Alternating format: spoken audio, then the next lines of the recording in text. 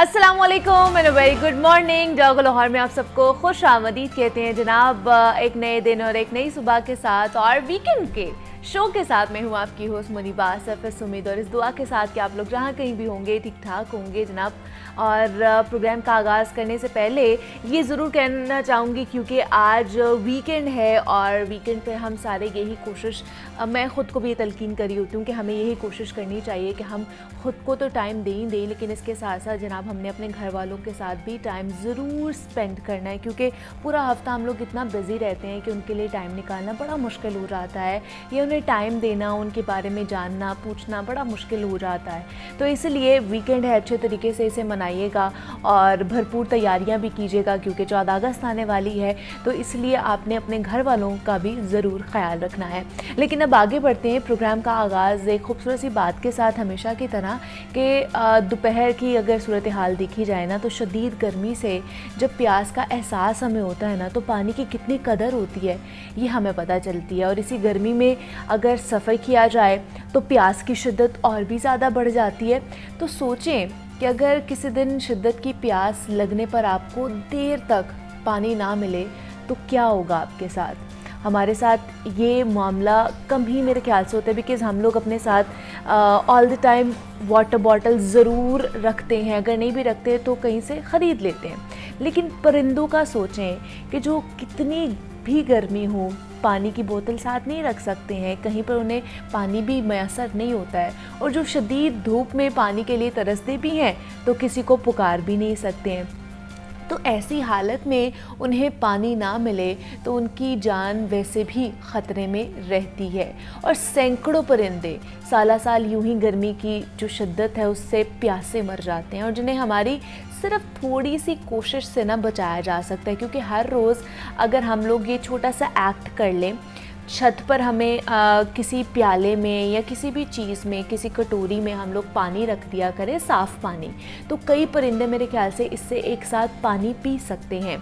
और ये एहसास ही है कि जिसकी वजह से ना परिंदे प्यासे नहीं मर सकते, और इसके ज़रिए उन बेज़ुबानों की दुआएं भी आपको मिल जाएंगी और आपकी चीज़ें भी आसान होना शुरू हो जाएंगी। क्योंकि हम इंसानों का तो शायद कहीं ना कहीं इतना एहसास कर लेते हैं, फिर भी भूले भटके एहसास हम कर लेते हैं, लेकिन ये छोटी छोटी जो काइंडनेस होती है, काइंड एक्ट्स होते हैं जिनको करना बेहद लाजमी होता है। आप अपने छत पर जहाँ पे आपको पता है कि परिंदे आते हैं वहाँ पर एक कटोरी ले लें, बाज़ार से भी मिलते हैं, मिट्टी का बर्तन होता है, उसके अंदर पानी रख लें। वो पानी क्योंकि उसमें ज़्यादा जल्दी गर्म नहीं होता है, ठंडा पानी उसमें डालें, और जब वो परिंदे वहाँ से गुजरेंगे और जब उन्हें प्यास लगी हुई होगी और जब वो वहाँ से पानी पिएंगे तो यकीन माने कि जब वो आपको दुआ देंगे ना, तो फिर आप देखिएगा कि कहते हैं ना कि लहरें बहरे हो गई हैं, तो फिर अल्लाह पाक आपके रिज़्क़ में और भी इजाफ़ा करता है जब आप ये छोटे छोटे काइंड एक्ट्स करना शुरू कर देते हैं। ये भी एक ब्लेसिंग होती है कि अल्लाह पाक आपके दिमाग में या आपके ऊपर ये एक ज़िम्मेदारी सौंप रहे हैं कि इंसानों के साथ साथ आपने इन चरिंद परिंद का भी ख्याल रखना है। तो ये आज का पैगाम था कि हमें इंसानों के साथ साथ परिंदों का भी ख्याल रखना चाहिए, क्योंकि जितनी गर्मी पड़ रही है, जितने हब्स वाली ये मौसम उसमें इजाफ़ा होता जा रहा है, इसमें अपना तो ख्याल रखना है लेकिन परिंदों का भी हमने ज़रूर ख्याल रखना है। तो जनाब ये पैगाम था आज का, और उम्मीद करते हैं कि आज का दिन आपका अच्छा गुजरेगा। अभी आगे बढ़ते हैं, कुछ सेहत के हवाले से बात कर लेते हैं। और हमारे जिस्म को ना अपनी एनर्जी बरकरार रखने के लिए मुख्तलिफ़ चीज़ों की ज़रूरत पड़ती है, और जिसको हम अपनी डाइटरी हैबिट्स में इंक्लूड करके उनको जो है ना उस ज़रूरत को पूरा कर सकते हैं। हमें कार्बोहाइड्रेट चाहिए होते हैं, हमें फैट्स चाहिए होते हैं, हमें प्रोटीन चाहिए होते हैं। तो आज हम ख़ास तौर पर प्रोटीन्स के हवाले से बात करेंगे कि हमें प्रोटीन्स कितनी मिक़दार में ज़रूरत होती है, एक दिन में हम कितनी प्रोटीन्स ले सकते हैं, उसके क्या क्या सोर्सेज मौजूद हो सकते हैं। सबसे बड़ा सोर्स कहा जाता है कि आप मीट खाएं, उसमें बहुत ज़्यादा आपको चीज़ें मिलती हैं, गोश्त में प्रोटीन आपको मिलता है। लेकिन अगर देखा जाए तो इन्फ्लेशन रेट बहुत ज़्यादा बढ़ता जा रहा है, हर कोई ये अफोर्ड नहीं कर सकता है। तो इसके बाकी कौन कौन से सोर्सेज हो सकते हैं, अगर प्रोटीन की कमी हो जाती है हमारे जिस्म के अंदर तो किस तरह के हमें जो प्रॉब्लम्स हैं वो फेस करनी पड़ सकती हैं। तो आज हम इसके ऊपर पूरी जो डिस्कशन है इस पर करने वाले हैं कि प्रोटीन्स की क्या क्या फॉर्म्स हो सकती हैं, किस तरह अपनी ज़रूरत को पूरा करना चाहिए, ख़वातीन के लिए कितना ज़रूरी है। और दूसरा हम देखते हैं जो मर्द हजरात हैं जब वो लोग जिम जाना शुरू करते हैं तो वहाँ पर प्रोटीन शेक पिया जाता है, तो क्या ये पीना ठीक है? क्या नेचुरली हम इसको ले सकते हैं या प्रोटीन पाउडर लेना भी ज़रूरत के लिए ज़रूरी है? तो आज हम इस पर बात करेंगे।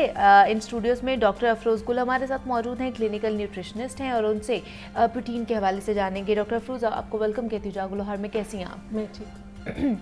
डॉक्टर अफरोज़, सबसे पहले तो प्रोटीन के हवाले से हमें बताइए कि हमारे जिस्म के लिए कितना ज़रूरी है? अच्छा, प्रोटीन आपकी डाइट का बहुत इंपॉर्टेंट पार्ट है।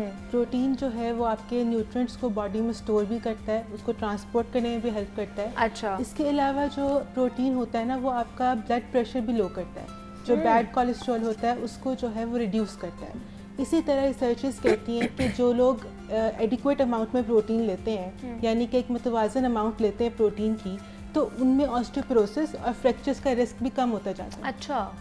इसी तरह जो है वो प्रोटीन आपकी बॉडी में हार्मोन्स पैदा करती है, और इसी तरह जो प्रोटीन है वो आपके टिश्यूज़ और सेल्स की ग्रोथ में, उनकी रिपेयरिंग में, उनकी बिल्डिंग में बहुत हेल्पफुल रहता है। अच्छा। ठीक है, आपके मसल मास को इंक्रीज़ करता है, आपकी स्ट्रेंथ को बढ़ाता है। तो इसलिए प्रोटीन एक मुतवाज़न मिकदार में आपको ज़रूर अपनी डाइट में ऐड करना चाहिए। लेकिन जैसे मैं बात करी थी कि ज़्यादातर हमें ये मालूम है कि जो प्रोटीन का सोर्स है वो मीट है या गोश्त है, वहीं से आपको प्रोटीन मिलेगी। तो एक तो गोश्त के बारे में बता दें कि अगर गोश्त से प्रोटीन मिल रही है, कितनी प्रोटीन मिल रही है, कितनी मिकदार में हमें लेना चाहिए, और इसके और भी सोर्सेज क्या हो सकते हैं? प्रोटीन के ना एनिमल सोर्सेज भी होते हैं, इसी तरह प्लांट सोर्सेज भी होते हैं। ठीक है, एनिमल सोर्सेज जैसे आपने कहा कि मीट, लैम्ब, चिकन, पोल्ट्री में अगर चले जाएं, तीतर बटेर भी होते हैं। ठीक है, एग्स हो गए। उसके अलावा जो दूसरा है डेयरी प्रोडक्ट्स में अगर आप चीज़ लें तो चीज़ में कॉटेज चीज़ जो है उसमें ज़्यादा प्रोटीन होता है। इसी तरह योगर्ट जो है उसमें, ग्रीक योगर्ट जो है उसमें ज़्यादा प्रोटीन होता है। मिल्क में भी होता है, लेकिन योगर्ट में जो है ग्रीक योगर्ट उसमें ज़्यादा होता है। उसके अलावा फिर अगर आप प्लांट बेस्ड पे चले जाएं तो नट्स में ना पीनट्स होते हैं। पीनट्स में सबसे ज़्यादा अमाउंट होती है प्रोटीन की, 7 ग्राम ऑफ प्रोटीन होता है। उसके अलावा पिस्ता, काजू, अखरोट, इनमें भी प्रोटीन पाया जाता है। और सीड्स होते हैं, जैसे सनफ्लावर सीड्स हैं, फ्लैक्स सीड्स हैं, तिल होते हैं। तो ये आप सैलेड्स के ऊपर स्प्रिंकल करके खा सकते हैं, अपने रोटी के ऊपर लगा सकते हैं, इनमें भी प्रोटीन होता है। तो आप यहाँ से भी प्रोटीन ले सकते हैं। मतलब डिफरेंट सोर्सेज हैं हमारे पास जहाँ से हम लोग अपनी प्रोटीन की जो इनटेक है उसको पूरा कर सकते हैं। लेकिन फिर कितने मिकदार में खाना है? अगर हमने लीन एनिमल सोर्सेज की तरफ जाना है तो वो हमें कितना उसका पोर्शन होना चाहिए, और अगर हम नट्स खा रहे हैं उससे हम लोग अगर प्रोटीन ले रहे हैं तो कितने हमारा उसका भी पोर्शन होना चाहिए? एक्चुअली एनिमल सोर्सेज और प्लांट सोर्सेज का मिक्स एंड मैच करके लेना चाहिए। दोनों सोर्सेज से लेना चाहिए। सही। मिकदार इस तरह से है कि मैं आपको रफली बताती हूँ कि फ़र्ज़ कर लें आपका वेट 60 kg है, तो आपने दिन में डेली बेसिस पे 60 ग्राम ऑफ प्रोटीन लेना है। ठीक है, ये एक रफ एस्टिमेट है, लेकिन बंदे की कंडीशन के मुताबिक, इंडिविजुअल की कंडीशन के मुताबिक ये मिकदार जो है वो वेरी करेगी।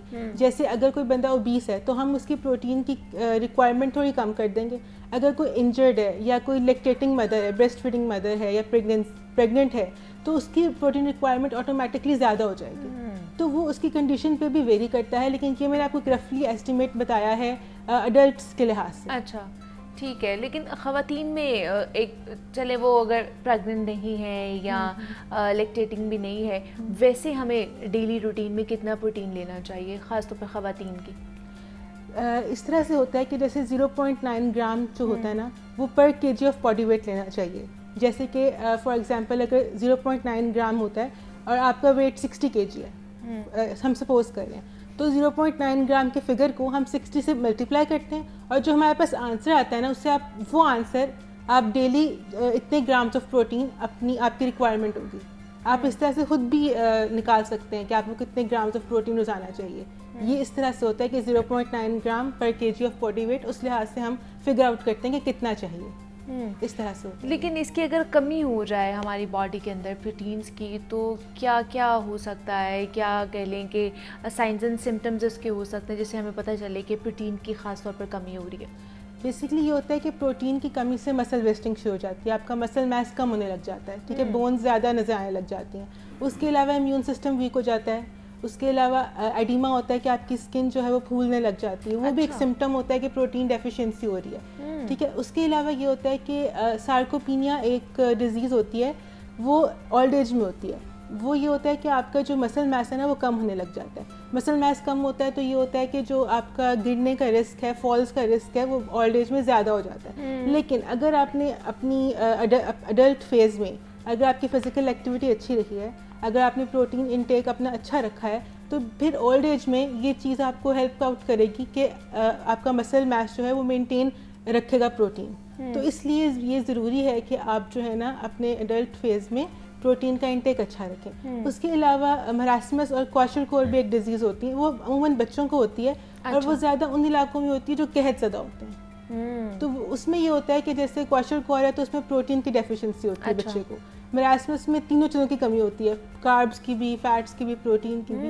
तो ये सबसे जो बड़ा होता है रिस्क होता है वो होता है कि इम्यून सिस्टम वीक हो जाता है प्रोटीन की डेफिशिएंसी से, और मसल वेस्टिंग जो होती है ना वो शुरू हो जाती है, मसल मास कम होने लग जाता है। तो इसके साइंस एंड सिम्टम्स ये है कि आपका इम्यूनिटी लेवल जो है वो कम होना शुरू हो जाता है, तो उसका मतलब है कि आपके अंदर प्रोटीन की कमी है। तो किस तरह इसको पूरा किया जा सकता है? हमारी डाइट में क्या क्या चीज़ें इंक्लूड होनी चाहिए? अच्छा, आपको वही जो हमने पहले बात की कि जो एनिमल सोर्सेज और प्लांट सोर्सेज का mix and match. Animal sources के जो आपके प्रोटीन लेते हैं ना वो ज़्यादा हाई क्वालिटी का होता है as compared to plant based proteins.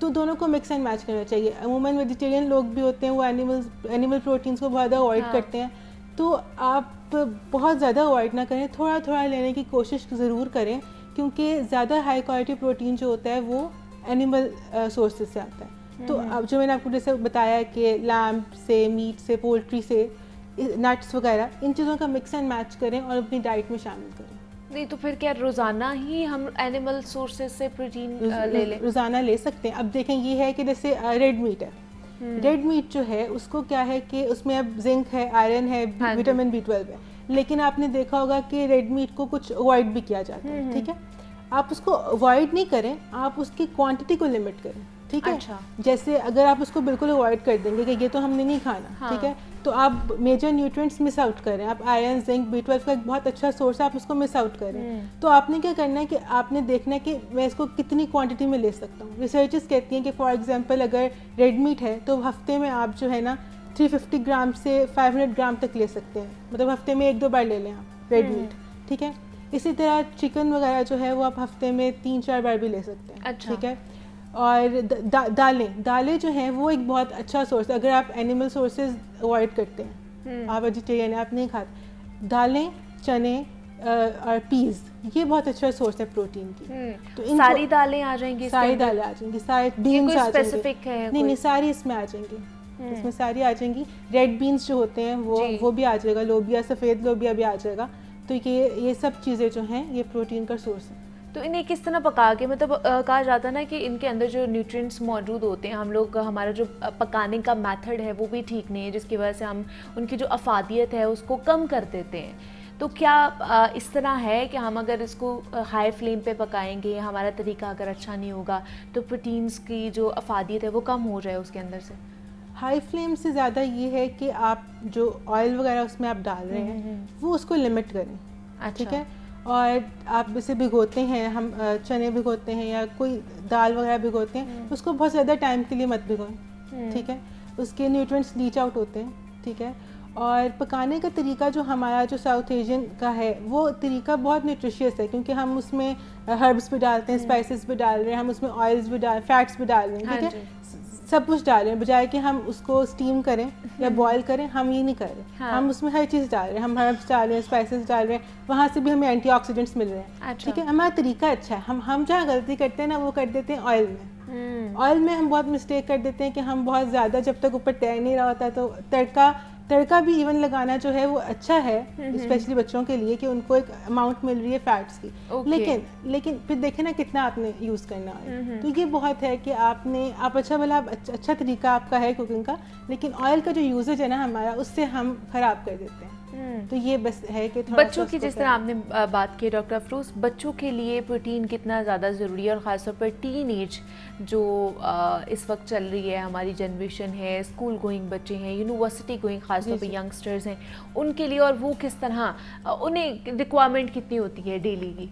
अच्छा, जो बच्चे होते हैं ना उनका भी इसी तरह से हिसाब होता है कि जैसे अगर फर्ज कर ले उनका जो वेट है ना उसी की बेसिस पे उतने ग्राम प्रोटीन डेली आपने लेना है। अच्छा, ठीक है।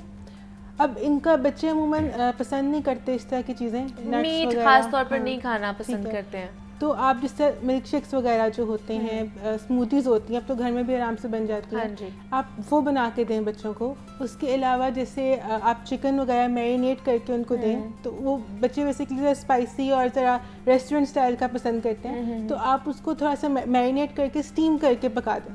ठीक है, तो वो टेस्ट भी आ जाता है और ज़्यादा ऑयल वगैरह भी यूज़ नहीं होता। तो इन तरीक़ों से आप बच्चों को जो है ना वो चीज़ें दें इस तरह से।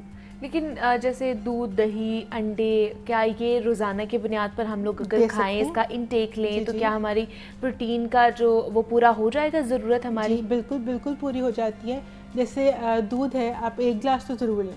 ठीक है, 2 भी बच्चे तो 2 गिलास भी आप ले लें तो कोई मसला नहीं। ठीक है, अंडा भी रोज़ाना ले सकते हैं। तो ये जो आपके जो डाइटरी सोर्सेज है ना वो मोर देन इनफ है कि आपकी एक नॉर्मल बंदे की वहाँ से प्रोटीन रिक्वायरमेंट पूरी हो जाए। अच्छा, ये मोर देन इनफ होते हैं। होता ये है कि नॉर्मली जब लोग जिम ज्वाइन करते हैं या मसल्स बिल्ड करना शुरू करते हैं तो वो फिर उनको फ़ौरन होता है प्रोटीन सप्लीमेंट्स, प्रोटीन शेक्स।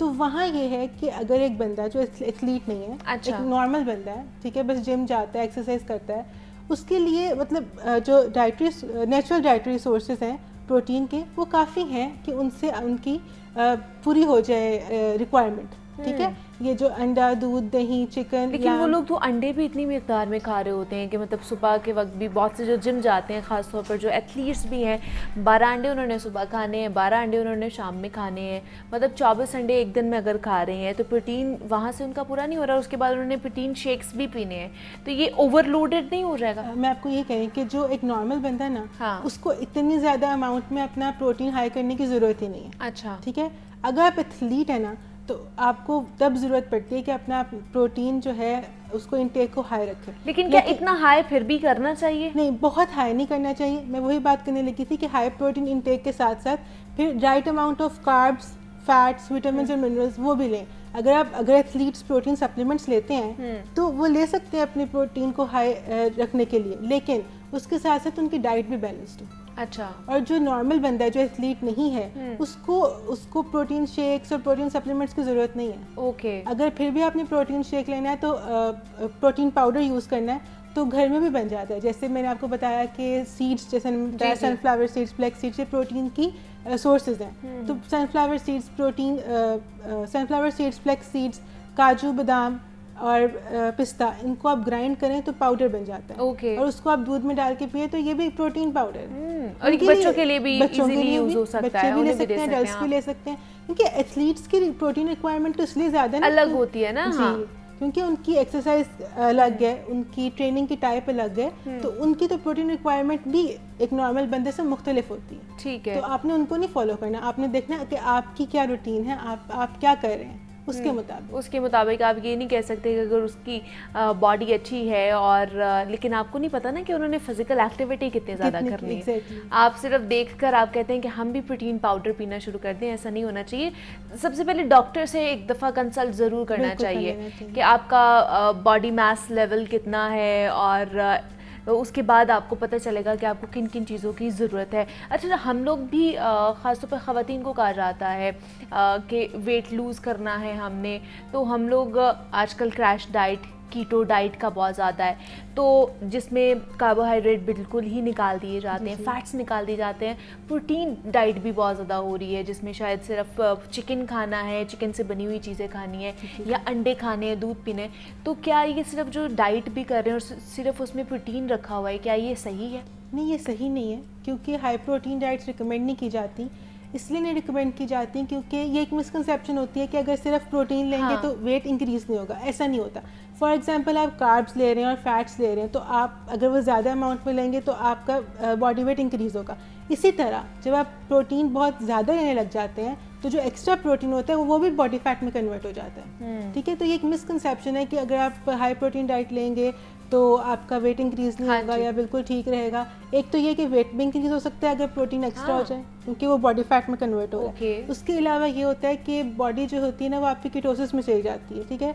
आपका जो जब हाई प्रोटीन डाइट्स लेते हैं तो इसी तरह फिर आपकी जो किडनीज हैं वो भी डैमेज हो सकती हैं। तो आपने जो है उसको एक मॉडरेट अमाउंट में लेना है। हाई प्रोटीन डाइट्स जो होती हैं बहुत ज़्यादा, वो कोई सोल्यूशन नहीं होती कि वेट लॉस का। अच्छा। वो एक बैलेंस्ड अमाउंट में आप लें, प्रोटीन्स मॉडरेट प्रोटीन्स लें, कॉम्प्लेक्स कार्ब्स होते हैं, ठीक है, होल व्हीट जैसे ग्रेन्स वगैरह होती हैं, और फैट्स, इनके मिक्सचर से आप करें। खाली हाई प्रोटीन डाइट्स पे स्टिक नहीं करना चाहिए। मतलब किसी एक कंपोनेंट के ऊपर नहीं जाना चाहिए हमें, या खाली कार्बोहाइड्रेट्स पे, फैट्स पे या प्रोटीन पे, सारा एक मिक्सचर होना चाहिए इन सारी चीज़ों का।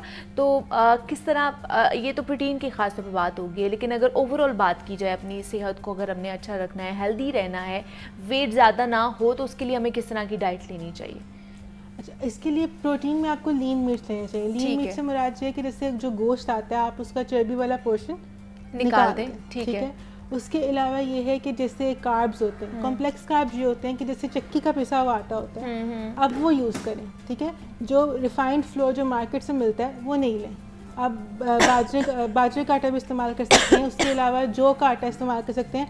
जौ और गंदम के आटे को मिक्स भी कर सकते हैं। अच्छा। अगर आपको बिल्कुल खाली जौ का आटे का नहीं आदत होती आपको, तो आप चक्की का जो गंदम का पिसा हुआ आटा है और जो जौ का आटा है उसको मिक्स भी कर सकते हैं। अच्छा। ठीक है।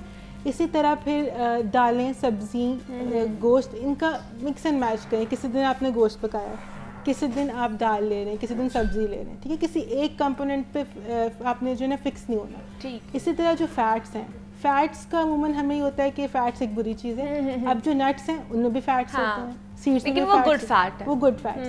तो इसी तरह जो ऑयल्स हैं, अब उसमें olive oil, canola oil, sunflower oil, ये सारे ऑयल्स भी होते हैं। तो आपने जो हेल्दी फैट्स हैं उनकी तरफ जाना है, लीन प्रोटीन्स की तरफ जाएं, और ये जो कॉम्प्लेक्स कार्ब्स जैसे मैंने नाम लिए कि चक्की का पिसा हुआ आटा हो गया, फ्रूट्स हो गई, वेजिटेबल्स हो गई, ये इनकी तरफ आप मूव ऑन करें।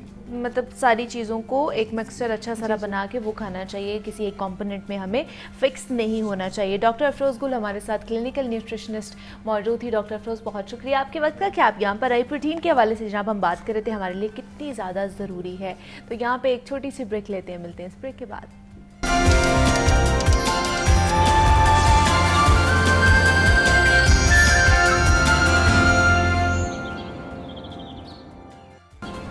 वेलकम बैक टू जागो लाहौर। जनाब, हमने 1947 से लेकर उससे पहले जितनी भी जद्दोजहद की है, हमने एक आज़ाद मुमलिकत हासिल करने के हवाले से उसमें एक सीरीज़ हमने शामिल कर रखी है और ये सिलसिला शुरू हो चुका है। और आज हम बात करेंगे कि मुसलमानों में एक अलग वतन के हसूल के लिए ना 1930 के बाद शऊर बेदार हो चुका था कि अलग वतन के हसूल के लिए कोशिशें भी उन्होंने तेज़ कर ली थी। और इसी दबाव में आकर बरतानवी साम्राज्य ने इक़्तिदार अवाम को सौंपने के अमल के पहले मरहले में 1936 और 1937 में इंतखाबात करवाए। और जो बरसगीर में पहले आम इंतखाबात थे, इनमें मुस्लिम लीग को बुरी तरह से हजीमत उठाना पड़ी थी और इस दावे को शदीद ज़िक्र भी पहुंची थी कि वो बरसगीर के मुसलमानों के एक वाहिद नुमाइंदा जमात भी है और इसकी वजह से बहुत से मुसलमानों का कांग्रेस से वाबस्ता होना भी था। इस वजह से मुस्लिम लीग की क़यादत और कारकुनान के हौसले टूट चुके थे, पस्ता हो चुके थे और इन पर एक अजब बेबसी का आलम था।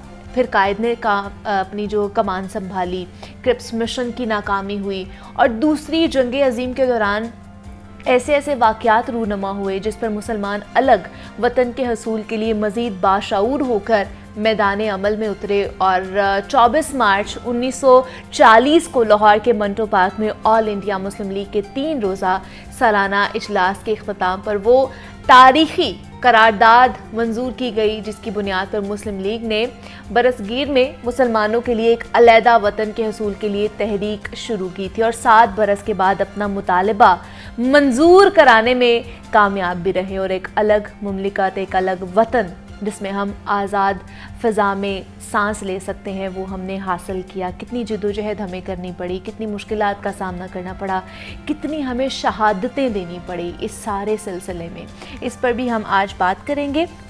इन स्टूडियोज़ में हमारे साथ मौजूद हैं, बोर्ड मेंबर हैं नज़रिए पाकिस्तान ट्रस्ट के सलमान फ़ारूक साहब हमारे साथ मौजूद हैं। उन्होंने हमें ज्वाइन किया है। सलमान साहब, आपको वेलकम कहती हूँ जागो लाहौर में। कैसे हैं आप? थैंक यू जी, अस्सलाम वालेकुम। वालेकुम अस्सलाम। सलमान साहब, हम लोगों ने ये सीरीज़ शुरू कर रखी है जिसमें हम हिस्ट्री के हवाले से बात कर रहे हैं। तो आज हम बात करेंगे कि 1936 से 1937 का जो इरा था जिसमें आम इंतखाबात करवाए थे बरतानवी साम्राज्य ने, जो उस वक्त हुक्मरानी कर रहे थे और हम ऑब्वियसली एक गुलामी के इरा से गुजर रहे थे। तो किस तरह मुस्लिम लीग को उस वक्त बुरी शिकस्त का सामना करना पड़ा, क्या सियासी जद्दोजहद क्या थी उस वक्त हमारी? देखिए, थोड़ा सा बैकग्राउंड में जाऊंगा ताकि तस्वीर कशी मुकम्मल कर सकूं कि मुसलमानों की यहाँ पे इस बड़े सगीर के खित्ते में कोई तकरीबन 900 से 1000 साल से वो रहाइश पजीर भी थे और 800 साल से ज़्यादा की हुक्मरानी भी की हुई थी। और उस हुक्मरानी के दौर में नहायत ही खुशहाली का दौर था। किसी भी मज़हब के लोगों को किसी किस्म की उस तरह से परेशानी का सामना नहीं था। उनकी मुआशी हालत भी बड़ी अच्छी थी। और यहाँ तक कि अगर आप 1700 सदी की अगर आप रिसर्च करें और किताबें पढ़ें तो उसके अंदर आपको मालूम होगा कि मईशत का ये हाल था कि ग्रोथ डोमेस्टिक प्रोडक्ट पाकिस्तान का माफ़ कीजिएगा, उस खित्ते का, बड़े सगीर के खित्ते का कोई 24-25% पे था। अच्छा। जो कि दुनिया के दूसरे नंबर पे आता था। तो उस खुशहाली का दौर सिर्फ मुसलमानों तक वो महदूद नहीं था, वो इस बड़े सगीर खित्ते के तमाम लोगों तक पहुँच पा रहा था। लेकिन ज़ाहिरी बात है, अरूज को ज़वाल भी लाजिम है और कुछ गलतियाँ मुसलमानों से उस दौर में भी हुई होंगी, जिससे बड़े सगीर के अंदर अंग्रेज़ों को ये मौका मिला कि वो आएँ और उन्होंने हिंदुओं के साथ मिल के साजिश करके मुसलमानों को हुक्मरानी से उतारा था। तो एक तो जो 1930 से पहले का जो दौर है, उस दौर के अंदर मुसलमान थोड़ा सा मायूसी का भी बहुत ज़्यादा बल्कि शिकार भी थे। हाँ, और उनको कोई राह नज़र नहीं आ रही थी और अंग्रेज़ के मज़ालिम भी काफ़ी ज़्यादा ढाए भी जा रहे थे। और जब राह ना नज़र आ रही हो तो उस वजह से थोड़ा सा स्कैटर्ड थे, तितर बितर हुए हुए थे।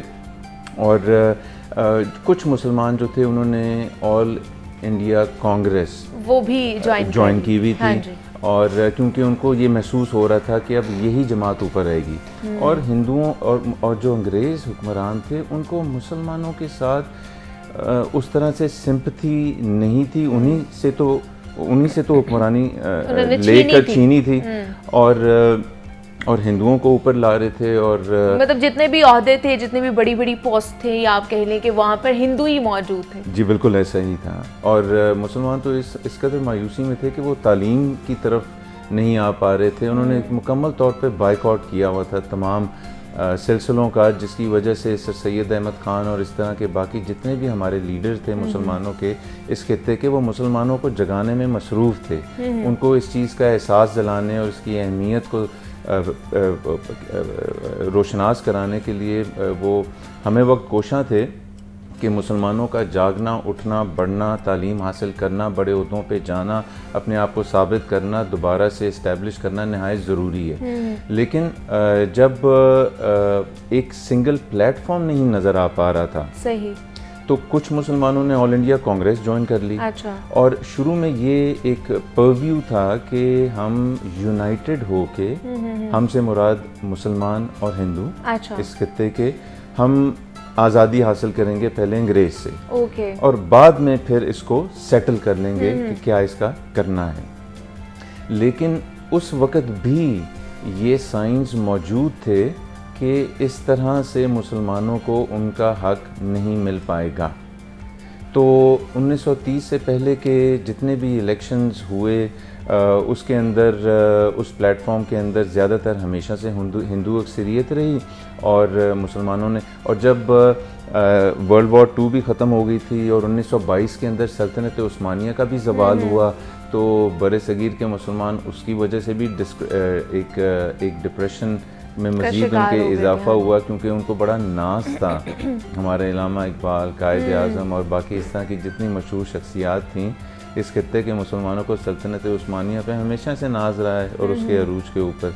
तो वापस आपके सवाल के जवाब की तरफ आते हुए कि 1930 से पहले के जो इलेक्शन से 1936 में फिर 36 के अंदर जब इलेक्शन करवाए गए तो उसके अंदर एक मुसलमानों ने क्या किया कि उन्होंने मुस्लिम लीग को बतौर मुसलमानों की जमात पेश करने की कोशिश की। सही, ठीक है। और उसी के पैरेलल जो कांग्रेस थी वो भी इसी कोशा में मसरूफ़ थी और वो भी अपने आप को यही प्रोजेक्ट कर रही थी कि भाई ये भी मुसलमानों ही की जमात है, तो आप इधर आइए। ठीक है, क्योंकि उसमें भी ऑलरेडी मुसलमान मौजूद थे जी। तो उसकी वजह से एक तो कंफ्यूजन भी क्रिएट हो गई। ठीक है। और चूंकि वो मुस्लिम लीग ने पहली दफ़ा ये नारा लगाया था, तो उस कंफ्यूजन के अंदर और उस इनिशियल स्टेजेस के अंदर मुसलमानों को ये मौका नहीं मिल पाया कि वो एक सिंगल प्लेटफॉर्म के ऊपर इकट्ठे हो पाएँ, जिसकी वजह से फिर 1936-37। लेकिन स्कैटर्ड क्यों थे? मतलब आधे हमारे मुसलमान कांग्रेस में थे, आधे मुस्लिम लीग में थे, तो ये क्या था? कोई एक मोटिव नहीं था कि क्या स्कैटर्ड क्यों थे उस वक्त? क्या सिचुएशन थी ऐसी, क्या वजह थी ऐसी? मुसलमान, मैं ये कहना चाहूँगा, मेरी जो ऑब्जर्वेशन और ओपिनियन है और जो मैंने पढ़ा और समझा है, उसके अंदर ये है कि मुसलमान जब आप हुक्मरानी में 800 साल रहे तो आप एक बड़ी सोच के हामिल होते हैं। तो मुसलमानों ने जब हुकूमत की तो वो खुशहाली में भी थे और वो हुक्मरान तबके से भी ताल्लुक़ रखते थे। तो उनकी बड़ी सोच के वजह से ही उन्होंने यही बड़ी सोच पे फोकस दे के जो बड़ी कुव्वत है, वो बड़ी कुव्वत अंग्रेज़ है जो इस वक्त हावी है। और मुसलमान इस सोच के थे कि हमें यूनाइटेड होना चाहिए। अगर हम यूनाइटेड होंगे तो ही शायद हमें अंग्रेज़ के अगेंस्ट कामयाबी हासिल हो। और वैसे भी कहा जाता है कि ये जो हमें शिकस्त हुई थी, ये जो आम इंतखाबात में जिसमें मुस्लिम लीग जो थी, जो वाहिद जमात, नुमाइंदा जमात कहा जाता है मुसलमानों की, उसको जब शिकस्त हुई तो उसके बाद नेहरू का जो नैरेटिव हमारे सामने आया था वो ये था कि वो बहुत ज़्यादा कह लें कि एरोगेंस में आ गया था। और उसका ये था कि यहाँ पे सिर्फ 2 ही जमातें हैं या 2 ही हुकूमतें हैं। एक तो हिंदू की ऑब्वियसली अक्सरियत बहुत ज़्यादा थी, दूसरा जो बरतानिया था, जो अंग्रेज़ दौर वहाँ पर चल रहा था, हुक्मरानी उनकी चल रही थी, तो वो हमें तो कुछ समझ नहीं रहा था। मुसलमानों को तो उसने माइनस कर दिया, तो वो तो समझ नहीं रहा था कि ये भी कुछ लोग हैं, ये कौम है जिनके बारे में हमें सोचना है। उसके बाद से फिर हमें वो शऊर बेदार हुआ कि हमने अब अपने लिए कुछ करना है, अपने लिए एक अलग वतन, अलग ममलिकत चाहिए हमें। जी बिल्कुल बिल्कुल, बड़ा आपने खूबसूरत बात की। क्योंकि देखिए ना, जब मैं आपको एक मिसाल देता हूँ कि अगर आप ऑफिशियल गज़ेट उठाइए मेडिकल कॉलेज का, लेट से, तो वहाँ पे 1911, 12, 13, 14 हर साल लिस्ट शाया होती थी कि इस मेडिकल कॉलेज से कितने डॉक्टर ग्रेजुएट करके डॉक्टर की डिग्री लेके निकले जी। तो वो चूँकि पिछले दिनों मेरी नज़रों से गुजरा है, फ्रेश है, तो ज़रूर। उससे आगे पीछे भी बाकी सालों में भी कुछ यही कहानी आपको नज़र आएगी कि 1911 में कोई तकरीबन 8 या 9 लोग थे जो डॉक्टर बने मेडिकल कॉलेज से, और उसमें एक भी मुसलमान नाम आपको नहीं नज़र आएगा। 1912 में भी यही हाल था। 1913 के अंदर आपको कोई 20 लोगों में, जो ज़्यादातर सारे हिंदू डॉक्टर थे, पढ़ाई में आगे थे वहाँ भी, और उनकी तादाद भी ज़्यादा थी। दोनों की पॉपुलेशन की रेशो में भी बेपनाह फ़र्क था। मुसलमानों की हुक्मरानों पे मुसलमानों ने मजालिम ढा के हिंदुओं को कत्लो गारत या कत्लो आम नहीं किया था। तो ये तो एक बहुत बड़ा सबूत है कि हिंदू पॉपुलेशन तो मुसलमान के हुक्मरानी के दौर में बड़ी है, खुश थी जी। तो वरना तो पॉपुलेशन, अगर कहीं एथनिक क्लींजिंग हो रही हो तो वहाँ पे तो पॉपुलेशन डिक्लाइन में नज़र आनी चाहिए। तो एक तो शरह तनासुब भी इतना वेरिएशन थी दोनों के दरमियान में। तो ये मेडिकल कॉलेज का जो मैंने आपको बताया कि अगर 20 या 25 लोग ग्रेजुएट कर रहे हैं तो 1 या 2 आपको मुसलमान नाम नज़र आते थे। तो इस तरीके से जब मुसलमान, तो अंडरस्टैंडेबली नेहरू की एरोगेंस उस टाइम पे समझ भी आती है। क्योंकि तमाम वहाँ की जो कांग्रेस और जो लेजिस्लेचर थी उसके अंदर तो सारे हिंदू नुमाइंदे भर्ती होके बैठे हुए थे। तो उनको तो ये यकीन हो चला था, उन्होंने अपने आप को तमाम अहम ब्यूरोक्रेसी के ओहदों पे फाइज किया हुआ था। वो गोरों के साथ अच्छे वर्किंग रिलेशनशिप्स थे उनके साथ, पॉलिसी मेकिंग में उनके साथ थे वो। तो उनको तो ये यकीन हो चला था कि इवेंचुअली ये उन्हीं की सारे का सारा खिता उन्हीं के पास है और वो इसमें बड़े ज़्यादा फर्म बिलीव था उनका कि ये हमारे पास ही रहेगा, ये कहीं नहीं जाएगा। लेकिन अब मैं 1940 से 1947 के एरा में आना चाहूँगी, बिकॉज रेजोल्यूशन पास हुई हमारी कि हमें एक अलग अब अपना वतन बनाना है। ये 7 साल के बहुत ही कम हमारे पास टाइम था जिसमें हमने आज़ादी भी हासिल की, अपना अलग वतन बनाया, अपना मुल्क बनाया। क्या क्या इस तरह की हमें जद्दोजहद उस छोटे से कम वक्त में हमने की है और लेकिन आज़ादी हमने हासिल की? क्या डिवोशन थी उस वक्त उन लोगों की? देखें जी, कौमें बनती हैं किसी ना किसी बड़े विजन के पीछे, किसी ना किसी बड़ी सोच के पीछे। हाँ जी। और जब मुसलमानों को ये समझ आ गई कि ये एक एवोल्यूशन का प्रोसेस था, जो ये 1900 से लेकर 1940 तक का, जी जी। जिसके अंदर काफ़ी चीज़ों की वजाहत हो गई थी कि चीज़ें मुसलमानों के फेवर में नहीं जा पाएंगी। तो इसके अंदर लीडर भी हमारे मुतहर्रिक ज़्यादा हुए जी, और इसके अंदर ही फिर जब मज़ीद गहराई में सोचना शुरू किया तो वहाँ से ये दो कौमी नज़रिया उभरा था, जो कि पाकिस्तान रेजोल्यूशन के अंदर भी आपको नज़र आता है उसकी झलक। जी जी। और वो दो कौमी नज़रिया उस टाइम पे उभरा था, लेकिन वो उसकी अगर आप बुनियाद देखें हाँ। या अगर आप 1857 के बाद से वो शुरू हो गया हुआ था। हाँ जी, उससे भी ज़्यादा हिस्ट्री में आपको नज़र आएगा। लेकिन वो जो जंग हुई थी 1957 की, उसके बाद से दो कौमी नज़रिए का जो इब्तिदा थी, आप कह लें कि उसकी जो बुनियाद थी वो शुरू हो चुकी थी। लेकिन हमें अभी भी हम इस बहस में है कि वो मुसलमानों की तरफ से आया है या हिंदुओं की तरफ से आया है। तो इसमें भी डिटेल में हम किसी दिन बात करेंगे दो कौमी नज़रिए के हवाले से। हमारे साथ इस वक्त सलमान फारूक साहब मौजूद है। सलमान, बहुत शुक्रिया आपके वक्त का कि आप यहाँ पर आए, और हिस्ट्री पे हम बात कर रहे थे। कुछ चीज़ें हैं जो हमने इस पे डिस्कस किया है। यहाँ पे एक छोटी सी ब्रेक लेते हैं, मिलते हैं इस ब्रेक के बाद।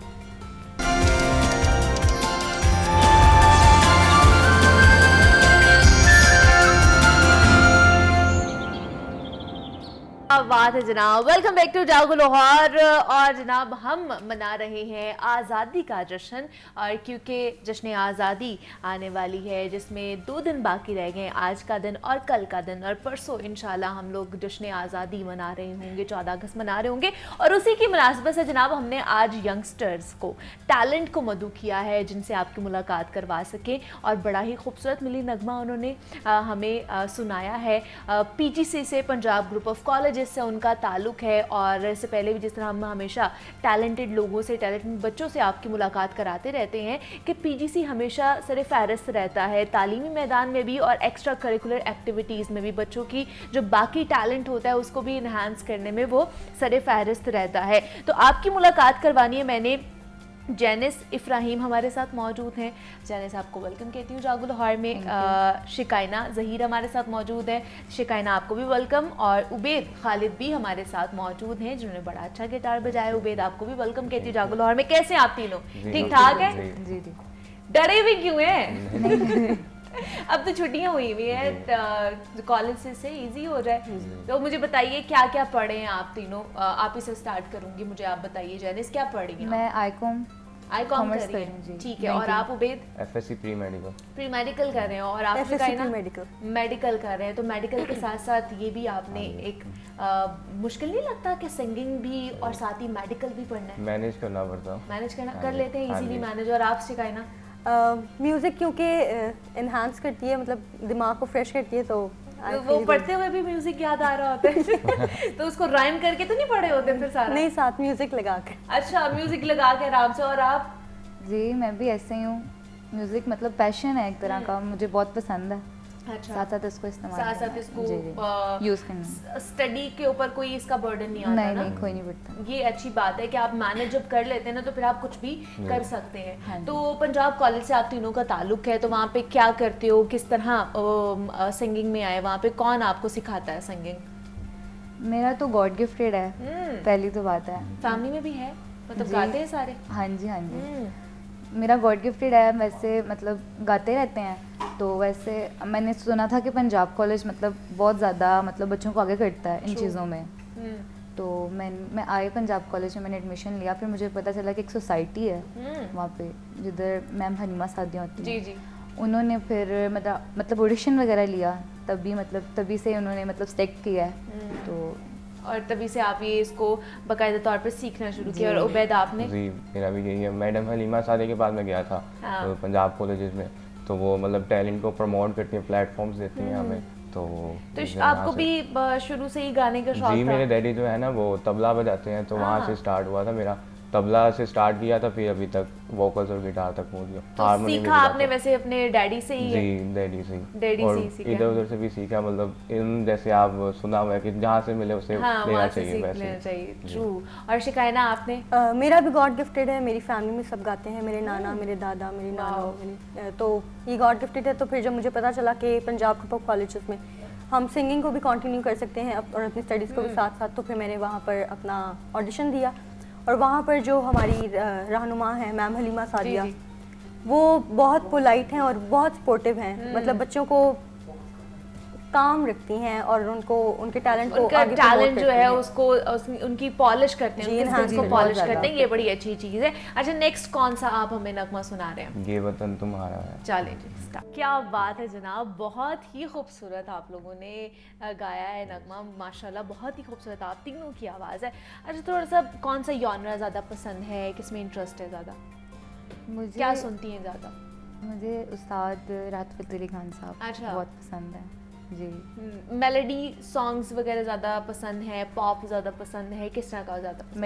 Melody song. और आपको उबैद? सजाद अली जी। सजाद अली पसंद, आतिफ असलम भी पसंद है मुझे, और उस्ताद राहत फ़तेह खान साहब। अच्छा, जॉनरा किस तरह का ज़्यादा पसंद है? मुझे तो पॉप भी अच्छा लगता है, पर क्लासिकल भी, मतलब क्लासिकल ज़्यादा पसंद है। और सीख भी अभी क्लासिकल में रहे हैं? जो बेसिक है वो तो ट्रेनिंग थोड़ी सी क्लासिकल की ली हुई है, जो फिर आगे जो है मतलब क्लासिकल जो गाता है वो पॉप भी गा सकता है। और एग्जैक्टली वो बुनियाद कह लें कि आपकी क्लासिकल ही होती है, उसके बाद आप कुछ भी गा सकते हैं। और शिकायना आप?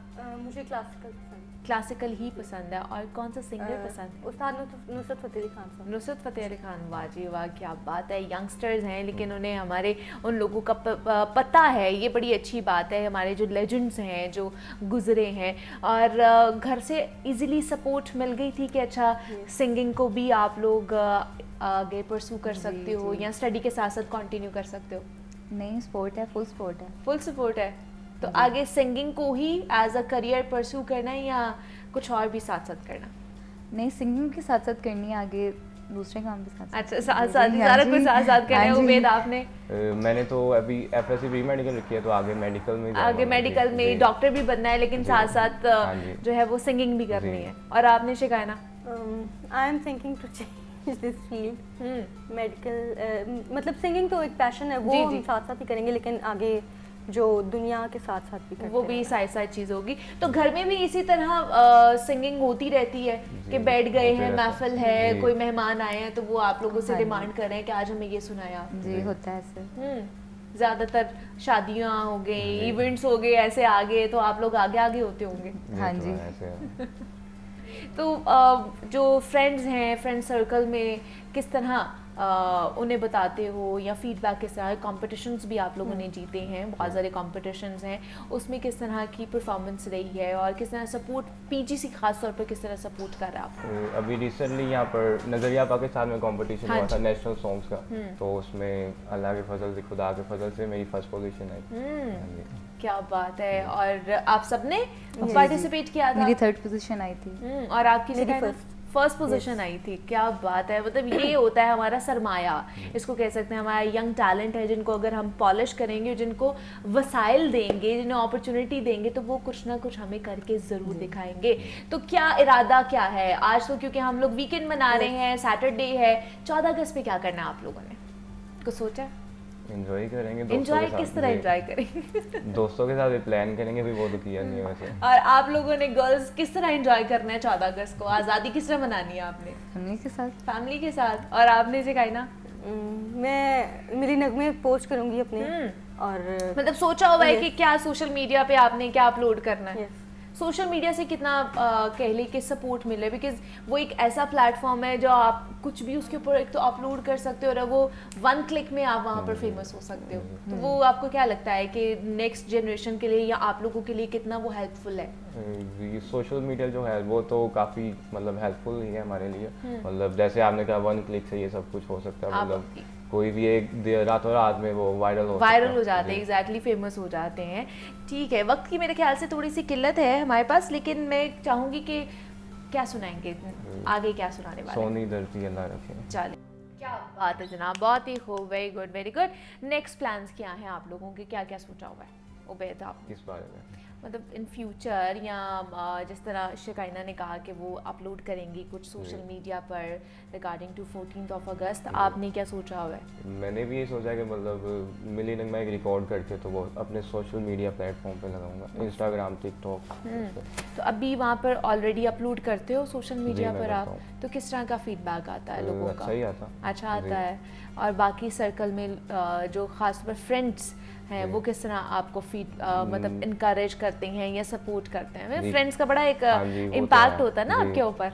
वो तो अभी भी रात को मतलब बेस्ट ऑफ लक सारे बोल रहे थे, मुझे बेस्ट विशेस अभी बोल के आए हो कि मुझे सुनना, मैं टीवी पे जा रहा हूं। हाँ जी, सबको बताते सबको बोल के आए हो। हाँ, तो आप लोग भी सिखाना ऐसे ही है, फ्रेंड्स कितना इनकरेज करते हैं और कितना सपोर्ट करते हैं फ्रेंड्स? जब कभी मीटअप होता है तो फिर वो एक चीज़ मतलब वो इतना ज़्यादा कह देते हैं कि गाओ गाओ गाओ, कुछ सुनाओ, फिर एक बंदा नॉय भी हो जाता है, लेकिन उनकी सपोर्ट बहुत ज़रूरी होती है, इनकरेज करते हैं। तो वो कहते हैं कि हमें भी सिखाएं जो आप सीख के आती हैं? वो तो कहते हैं, लेकिन ये मतलब कैसे सिखा सकते हैं? ऑब्वियसली इसके लिए क्लासेस लेने पड़ती हैं, आपका इंटरेस्ट होना बहुत ज़्यादा ज़रूरी है किसी चीज़ के अंदर। और क्लोजिंग पे मैं चाहूँगी कि जो आपको देख रहे हैं, ख़ासतौर पे जो यंगस्टर्स हैं, जो आप जैसे बच्चे हैं, जो साथ साथ एक तो पढ़ भी रहे हैं, लेकिन अगर उन्होंने अपनी कोई स्किल्स जो है उसको इन्हांस करना है, तो उनके लिए क्या आप एक मैसेज देना चाहोगे? शिकाइना, आपसे स्टार्ट करूँगी। मैं उनको ये मैसेज देना चाहूँगी कि अब तो देखें ना, जिस तरह हम पंजाब कॉलेज में हैं तो टैलेंट बेस पे स्कॉलरशिप लगती है। अगर फैमिली सपोर्ट नहीं कर सकती, फाइनेंशियल आपके हालात इस तरह के नहीं हैं, तो आप टैलेंट बेस, अपना टैलेंट इतना आप स्ट्रॉन्ग करें कि उसके बेस पे आप आगे अपनी फर्दर स्टडीज़ को कंटिन्यू कर सकें, जिस तरह हमने किया है। तो उनको मैं यही मैसेज देना चाहूँगी कि साथ साथ अपना टैलेंट भी प्रमोट करें और साथ अपनी स्टडीज़ को भी आगे लेकर कंटिन्यू करें, और आपको खुद के ऊपर भी बिलीव होना चाहिए, पेशेंस लेवल भी आपका बरकरार होना चाहिए, तभी आप कुछ भी हासिल कर सकते हैं। तो जनाब जेनिस हमारे साथ मौजूद थी, शिकाइना और उबैद हमारे साथ मौजूद थे। आप तीनों का बहुत शुक्रिया कि आप तीनों यहाँ पर आए, और best of luck for your future. और जनाब हमें इजाज़त दीजिए इसी नोट पर, अपना बहुत सारा ख्याल रखिएगा, और happy weekend to all of you. और दोबारा से आपसे मंडे को मुलाकात करेंगे। अल्लाह हाफ़िज़।